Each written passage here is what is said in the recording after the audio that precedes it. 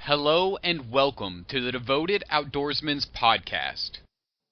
It is Friday. I hope you guys had an awesome week and I hope you guys enjoyed the podcast. Today on the podcast, we have an awesome guest. His name is George Moore.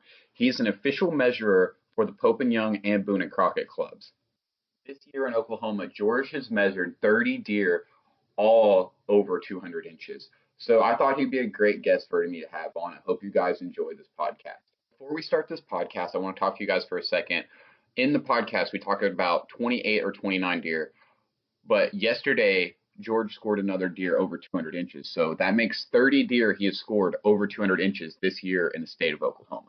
George is going to start this podcast off talking a little bit about how he got hooked on the outdoors, and then we start off with a great conversation. I hope you guys enjoy the podcast. All right, George, here you go. I got hooked hunting when I was 12 years old in eastern Oklahoma around Cookson. My granddad was a big deer hunter, and at age 12, he had invited me to go deer hunting at their deer camp, and I went over there, and I think more of the experience of just being with uncles and cousins and deer hunting. And back when I started, that would have been in 1966, we were lucky to see a deer, let alone someone to harvest one. So I just got a big thrill out of just being at deer camp and listening to stories and everything else. And then from that point forward, I was kind of hooked. Not only did I want to go deer hunting, I wanted to go turkey hunting, I wanted to go bird hunting and goose hunting and rabbit hunting and all that other. And so over the years, I just became more and more intrigued about hunting and outdoors, and also making sure that the heritage of hunting was passed on to our youth. I think that the most important thing for me now at my age is to make sure that my son and my grandson enjoy this sport as much as I did growing up. And like I said, I didn't grow up in eastern Oklahoma, but that's where my relatives lived, and that's where I learned to hunt. When I moved to Edmond in 1969, I would still have to drive to eastern Oklahoma to find a deer. There wasn't as many deer over here in central Oklahoma at that time. You'd almost have to go east of Stroud to find one. And then all of a sudden, I don't know, I guess it was during my high school years, maybe into college, that we started seeing deer here. And so then what happened was in 2010, I shot the biggest buck of my life right here in the city limits of Edmond. They ended up grossing 206 and 5/8, and that's 191 and 7/8 as a non-typical. I had a tough time finding some way to score that buck for me. I kept calling. I'd call the Department of Wildlife. I'd get on a website and find a list of people, and they'd go, well, we can get to it, but, it's going to be a while. And I don't know. I got antsy about want my deer scored as quick as I could. And once I finally did get it scored, I made a commitment to myself. I said, I'm going to write Boone and Crockett. I'm going to write Pope and Young, and I'm going to ask them what it takes to be a measurer. And so I did that. And it wasn't as easy as what a person thinks. You don't write them a letter or call them, and they just automatically say, yeah, we're going to accept you as a scorer. They invite the measurers or scorers depending on how many they need in the state or area, and you have to be recommended by somebody. So I kind of politicked hard, and I had a bunch of people write letters for me. And in 2010, I was accepted to my first Boone and Crockett scoring seminar, and it was located in Logan, West Virginia. The deal with Boone and Crockett is it's all volunteer work. You're not paid for anything other than out-of-pocket expenses for sending a score sheet in. So I made the trip to Logan, West Virginia, spent a week with one of the greatest representatives of Boone and Crockett of this time. He's just now retired. His name's Jack Renault, and he was my teacher or my mentor. And for 5 straight days, 40-plus hours, I scored 38 different species of North American big game animals. And Boone and Crockett was founded in 1887 by Theodore Roosevelt. And his purpose at that time was to keep record of all the big game animals in America to make sure that they didn't go extinct. And if they did go extinct, that there would be some type of record kept about the harvest of them and the size of them. And so that's why, to this day, we still use the Boone and Crockett scoring system to register those big animals. Pope and Young is the same, with exception that Pope and Young is archery only. And when I say archery, it's archery. It means longbow, recurve, or compounds. Pope and Young does not accept crossbows, which have become popular over the last 5 or 6, maybe 10 years. So, in Boone and Crockett accept all matters of weapons. In other words, Boone and Crockett, you can take a Boone and Crockett buck if it was killed with a bow and arrow. You can kill it if it with a muzzle loader of harvest goes into the Boone and Crockett book. But anyway, I did that, and I made a commitment to those people when I did it. I said, when people call me and say, can you score my buck? I do everything I can in my powers to make sure I do it. Most measures or scores require the individual to come to their home or their place and score it. I probably travel more than any measure in the state of Oklahoma. I travel from northwest Oklahoma, southwest, northeast, southeast to score bucks. Not always do I look for the biggest buck. I just look for someone who needs one measured. We measure deer even if they don't make the minimum requirements for deer, because that's part of what we volunteered to do. And so that's how I got started. That's how I got started as a measure. And that's my commitment to Boone and Crockett and Pope and Young. And that's why I'm dedicated in what I do, and I love what I do. Now, I got a question about Boone and Crockett. When, if you do harvest a deer with your bow, does Luminox or a lighted Nox, does that have any effect on it? No. Rob, for Boone and Crockett, none of that electronics relate to Boone and Crockett. What happened was Pope and Young has a statement where they didn't allow lighted Nox, but now they do allow lighted Nox. So there has been some changes, but you're right about the Boone and Crockett. Yeah. All right. So what is it? 29 deer over 200 inches that you've measured this year in the state of Oklahoma. What do you think has changed so much in the past few years that we're producing these giant whitetails now? I mean, do you think it has to do with the weather, or do you think it has to do with people changing their mind on management, or just the deer numbers being so high that a lot of these deer have a good place to hide, can get away from people? Rob, you hit all three aspects, and if I could add to those, I tell people I get that ask every day, because a lot of these hunters that are harvesting these 200-inch deer, I ask about their stories. I ask them what they think, but I'm gonna list you 5 things that I think is the reason. Number one is education. Okay. It's the education that the young hunters have understood now, that if you're going to shoot a trophy-sized buck, something that's notable to be scored, you cannot shoot the first deer that walks by you. You can't kill a 2.5-year-old deer or a 1.5-year-old deer, or even a 3.5-year-old deer. So I think education has really helped with that. I think number 2 is that everybody that I've talked to has some type of a feeding program. They've either gone to a large size protein feeder. They're feeding all year round. They're feeding protein to their bucks, because our bucks, our deer, whitetail deer especially, are a browse animal. And so they're going to get plenty of their nutrition and their vitamins and everything else from the browse. But now people have added protein into that, and they've got these large protein feeders. They're feeding year round. They're making good food plots for that reason, other than the browse. Number 3 is game cameras. Game cameras have came so far fetched over the last 15 years. I remember some of the first game cameras I had were 35 millimeter. So you'd have to go pick up a roll of film, take it to your local film person, and then get them developed, come back. Now with these new digital cameras, you're able to put on a piece of property 2 or 3 of your game cameras, and it's the best scouting tool you've got. So you get to see if you truly do have a big buck in your area. And if you got a big buck and you want to target that buck, you're not going to shoot some other buck that walks through there. I think another thing is that a lot of these people that are hunting their deer, they're going and they're leasing property or they're buying property where they're known there are big bucks. I tell people when they're going to shoot a Boone and Crockett buck, I said, you can't shoot a Boone and Crockett buck unless the Boone and Crockett buck lives there.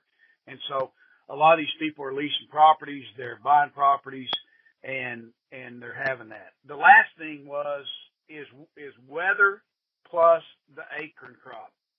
A year ago, we had a tremendous acorn crop. White oaks, red oaks, post oaks, blackjacks. That's one of their deer's favorite food sources. And what happened was a year ago, this hunting season of 2016-17, there were plenty of acorns on the ground, so deer didn't have to travel near as far to go to eat.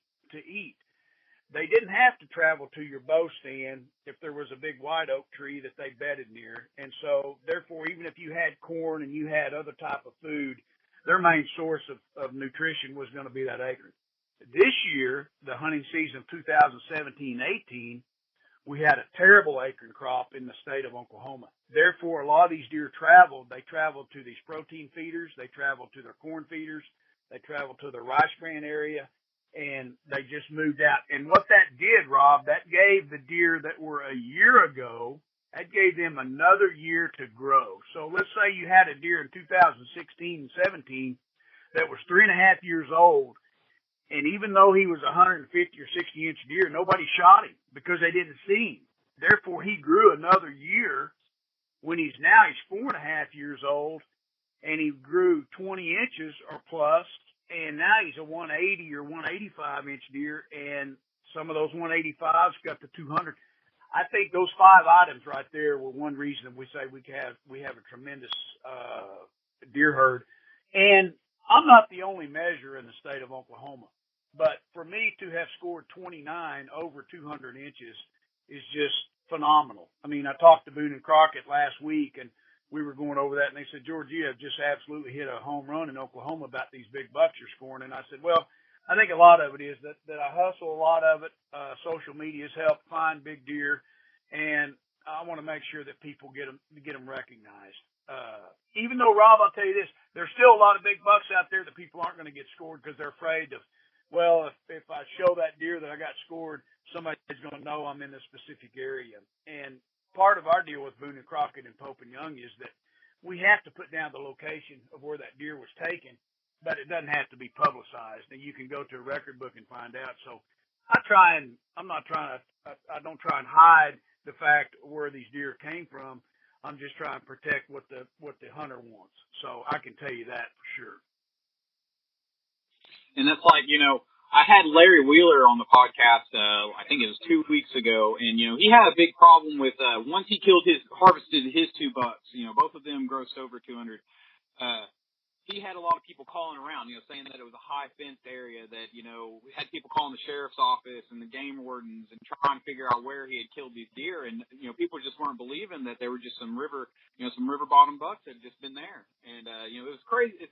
Larry's story is one of the stories that really stuck out to me because, there are the people that manage, and, I respect those people, and that's their way of hunting and everything. And, kind of how Larry did it, he kind of just set up on him, and it kind of just happened for him. And I told him I don't think he's ever going to be that lucky again. And if he is, man, he needs to go get some lottery tickets because, that's pretty crazy. I told Larry the same thing. I'm the one that green scored Larry's bucks when I first saw him, and I called him and made contact and drove to Francis, Oklahoma, and scored both of his bucks as green score. And he was so thrilled that someone would come and take time to, number one, score him, but also listen to his story. And so he took me. We drove his little rhino. We drove his rhino to where he hunts on the bend of a river, overlooking a pecan grove, and showed me the tree where he was in when he shot both the bucks. One thing that I think was unique about the area that Larry hunted was that not only was he protected as a boundary by the river, he was also protected by the farmer, the rancher that raises the pecans, because a lot of pecan fields you see, they've either got grass or some type of vegetation underneath them, and if the deer aren't wanting to eat that vegetation, they don't come in there to eat the pecans. They come in there to eat the browse. And what that farmer did was he planted underneath all his pecan orchard, he planted clover. And it's kind of a neat deal. Okay. So it's just acres and acres of clover. Well, those deer are coming off the river, and they're not only coming in there to eat Larry's corn and rice bran, but they're in there browsing on that clover, which was the best food source. But Larry was a very, very lucky person. Larry's a great human being. He served our country. He's a great individual. I went last, I guess it was 2 weeks ago now, I put the final score on them, and both of them have been grossed over 200. They'll both be Boone and Crockett bucks. That one guy kills within a week of one another was just a feat that probably won't ever. I don't think Larry would ever do it, but you're right. If Larry did, I think he needs to go buy some lottery tickets. Yeah, and I don't think I may be wrong, but I don't think that's ever been done before, has it? Do you know if someone has ever harvested 200-inch deer? Not that I know of in Oklahoma. Not that I know of in Oklahoma, and to be honest with you, I haven't checked with Boone and Crockett or anybody else, because now a lot of times I don't check on those records until everything's finalized, and like we just now sent the paperwork in, so I got a feeling I could check with Boone and Crockett at Pope and Young, and I don't, in my 10 years as being an official measure and 40 plus years of being a hunter, I've never heard of it for sure, and yeah, he's probably got some type of record there. That's what I was thinking when I was talking to him. I was just like, man, it's amazing. It's a once in a lifetime opportunity to shoot a deer that's 200 inches, and then he does it. He shoots 2 of them within 10 days, and it was, it's just an amazing story that he has. And like you said, Larry's just, more than happy to sit down and talk to anybody about that story. He just wants to relive it the more and more he can. No, he does. And you know what? The other thing about Larry is that he compliments every other hunter that you see any post that's on social media. He always compliments the other hunter. He never questions anything. I know you brought up earlier about people are always questioning sometimes when the guy kills a big buck, did it come from a high fence area or whatever? And I want to say this to the audience there that what I do as an official measure is a measure for Boone and Crockett, a measure for Pope and Young. We are not allowed to score high fence deer. Well, therefore you're asking, well, how do you know it's a high fence deer? Well, I can just tell you that of the 3,000 plus deer that I've scored in my life, it's pretty easy to determine a high fence deer, farm raised or game deer versus one in the wild. Usually it's the color of the rack. It's the points, the end of the points on a wild deer are mostly pointed or sharp, where on a high fence deer, they're usually rounded or blunt. The weight of the rack or the weight of the antlers is usually lighter, in weight with a farm raised deer versus a wild deer. So, I've done that. And so most of my cases, and when I interview someone before I score them, the first thing I ask them is, when do they shoot it? Because I've got to know if it's an official drying time or if it's a green score. I'll also ask them about their hunting license, and then I ask them where they hunted. And then I asked them, I said, guys, you're going to have to sign an affidavit at the end of this that it was fair chase, completely fair chase. You didn't use a spotlight, that you didn't shoot them in a game pen. So of all those deer this year that I've scored in the 29th, and I do want to say one thing to you, Rob. There's 29 deer that I have scored. I want to put, this is not a side note. I just want to say this for the audience to let them know that 2 of those deer one of them was a roadkill deer. The other one was a deer, if people remember the deer from LaFleur County, that was tangled up in a fence, that when he gets officially scored, if he would have been harvested by a hunter, he would be the new state record. He grossed 269. But so 27 deer taken legally by harvest in the state of Oklahoma, but I have scored 29 that were Oklahoma bred deer. One of them just happened to get killed by a car, and the other one got tangled up in a barbed wire fence. And the one that got hit by a car, that was in Edmond, wasn't it? That's in the city limits of Edmond, in the middle of the neighborhoods. And it's a green score. I'm fixing to final score that, but I green score that buck at a little bit over 236. A giant. That's crazy. Yeah. It's in town. A city. In town, in the in the city limits of Edmond, amongst the neighborhood, there was a creek running through the neighborhood. Even some guys that had hunted that creek, they had game cam pictures of that specific deer. And he got, if you remember, he got ran over about a week before deer season started. And the lady had found him in her driveway. So, yes. And you harvested a pretty good deer this year, too, didn't you?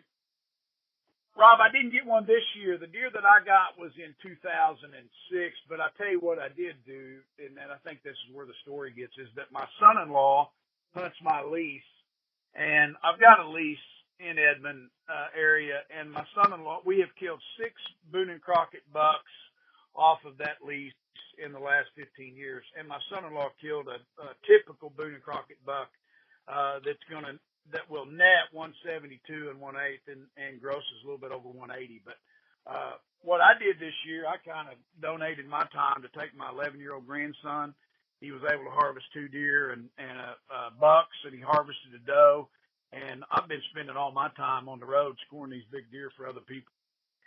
I can't get over it. Just how many big deer were just killed in Oklahoma. You know, it's kind of one of those. Oklahoma's kind of one of those states that, you know, when you think big deer, you think Iowa or Illinois or Kansas or, you know, you don't really think of Oklahoma a lot of times, I don't think. But, you know, I think we're coming up on the map. I think we're going to be on the map this year, and I think a lot of it, if you remember those 5 things that I mentioned earlier, I think that's a lot of it. And people, I'll tell you this, if you want an opportunity to shoot a big deer, you know, you kind of use your game cameras, use your protein feeders, feed when you can, and make that opportunity to raise big deer. When I say raise big deer, I'm talking about, you know, wild deer. Have those deer, give them the best groceries you can give them, and give them a little bit of age where they can grow a little bit bigger. And Rob, one thing I want to say to you before closing, that a lot of people have asked me, they said, well, you gross these bucks at 200. Are any of these bucks typical? Most every buck that I have scored has been non-typical. I will say this, there are 2 bucks that I have scored that gross over 200, but will not net over 200, and they are typical bucks. There was a John McCullum buck from Pontotoc County that grossed over 200, and he's going to net in the Boone and Crockett Club as a typical. And I had another one from Ardmore, the same, and I can't recall the boy's name right now, but it was the same as over 200. It's going to be a typical. Most of them were not. One other thing, and I'll close with this, is that people ask, they said, well, is there one general area in Oklahoma where you think there's more big bucks than the other?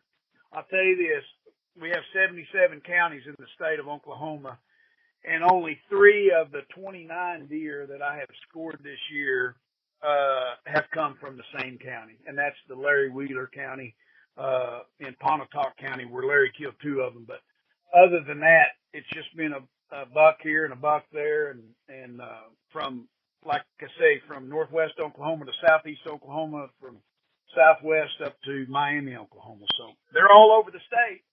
Just got to go get lucky and find one. Yeah, you just got to find them. You can't kill one if it's not there. You can't kill one if it's not there, and you can't kill one if you don't go hunt. So when it's hunting season, I believe there was a 200-inch deer killed on public land last year too. I think it was on 3 Rivers.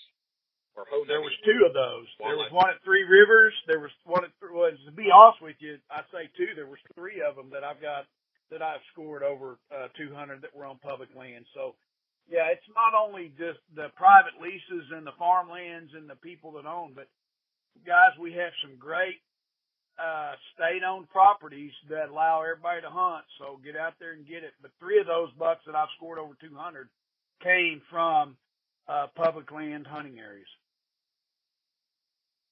That's amazing, and that's yes. Anyone can get. If they got all the proper licenses, you can go out and you could have a chance to that. You know, you really could if you work hard and you do your studying, and that I think that has a lot to do with it. I think those guys that harvested those deer did a lot of studying on those areas. You're exactly right, Rob. You're exactly right. Well, George, I really appreciate you giving me your time today and talking to me about these deer and the Pope and Young and Boone and Crockett clubs. And I hope you stay warm and have a good evening. You bet, Rob. I am just blown away with the large amount of whitetail that were harvested in the state of Oklahoma this year, the large amount of large whitetail. So I hope you guys enjoyed the podcast. I had a great time recording this podcast with George. With that being said, George has a wealth of knowledge when it comes to whitetail deer, the measuring systems, and just wildlife in that matter. So, like always, guys, if you will go check out my YouTube page and my Facebook page, The Devoted Outdoorsman, on both of those sites, I would be much appreciated.